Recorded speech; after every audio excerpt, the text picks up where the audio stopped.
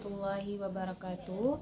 Jadi hari ini kita akan membahas tentang perkembangan Islam pada masa Rasulullah di Madinah. Jadi pada masa Rasulullah SAW di Madinah, Islam berkembang dengan cepat. Nabi Muhammad SAW memutuskan hijrah ke Madinah pada 622 Masehi untuk menghindari tekanan kaum Quraisy.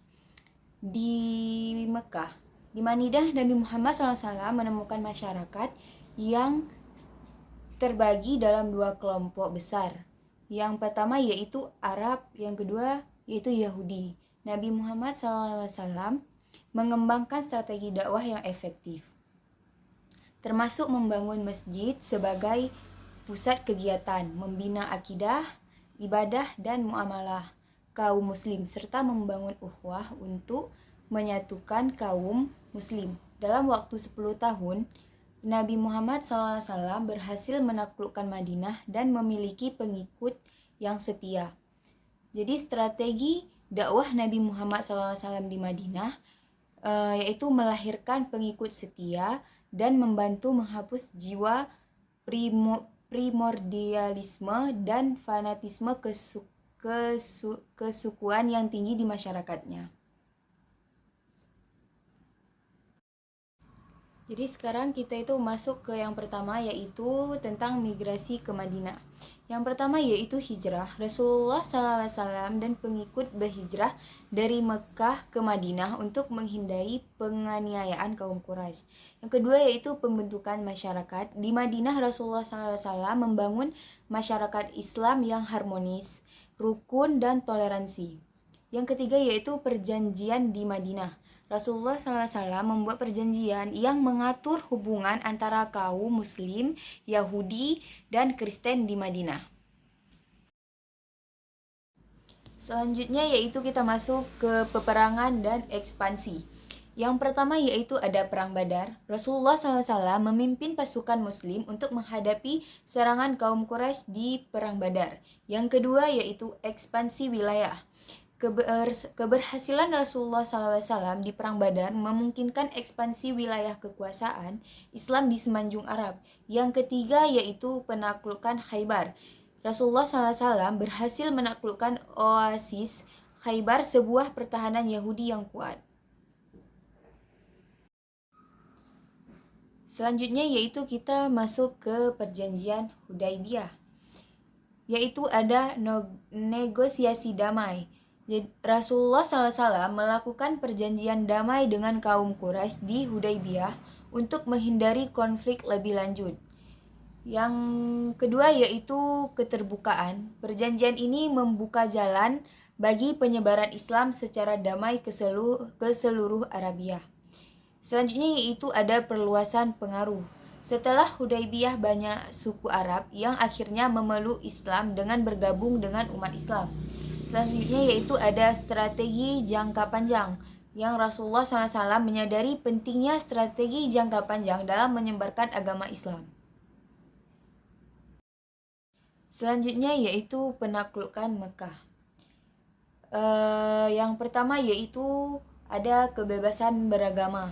Rasulullah SAW menjamin kebebasan beragama bagi penduduk Mekah setelah penaklukan kota suci tersebut. Yang kedua yaitu ada rekonsiliasi sosial. Rasulullah SAW melakukan rekonsiliasi dengan masyarakat Mekah untuk mempersatukan umat Islam. Yang ketiga yaitu ada pembangunan Masjidil Haram. Rasulullah SAW menjadikan Masjidil Haram sebagai pusat kegiatan ibadah dakwah Islam.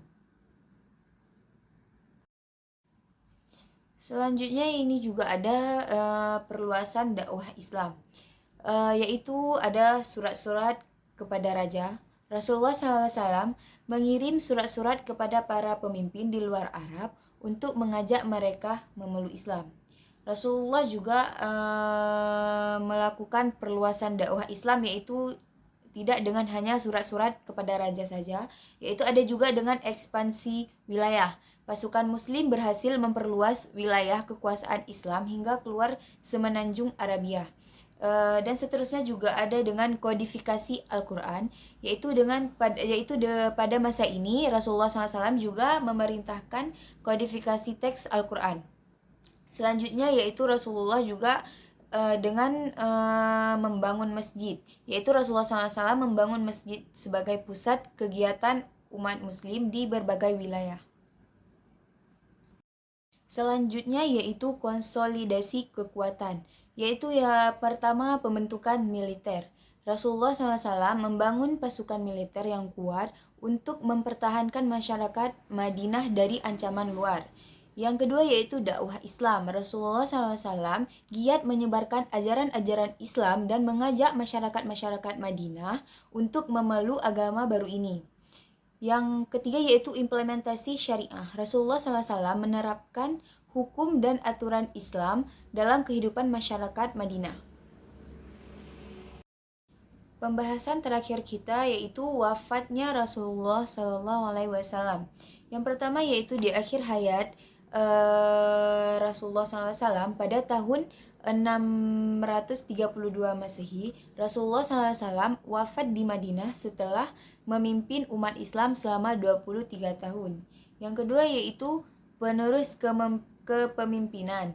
Setelah wafatnya Rasulullah SAW, Abu Bakar terpilih menjadi khalifah pertama untuk melanjutkan kepemimpinan umat Islam.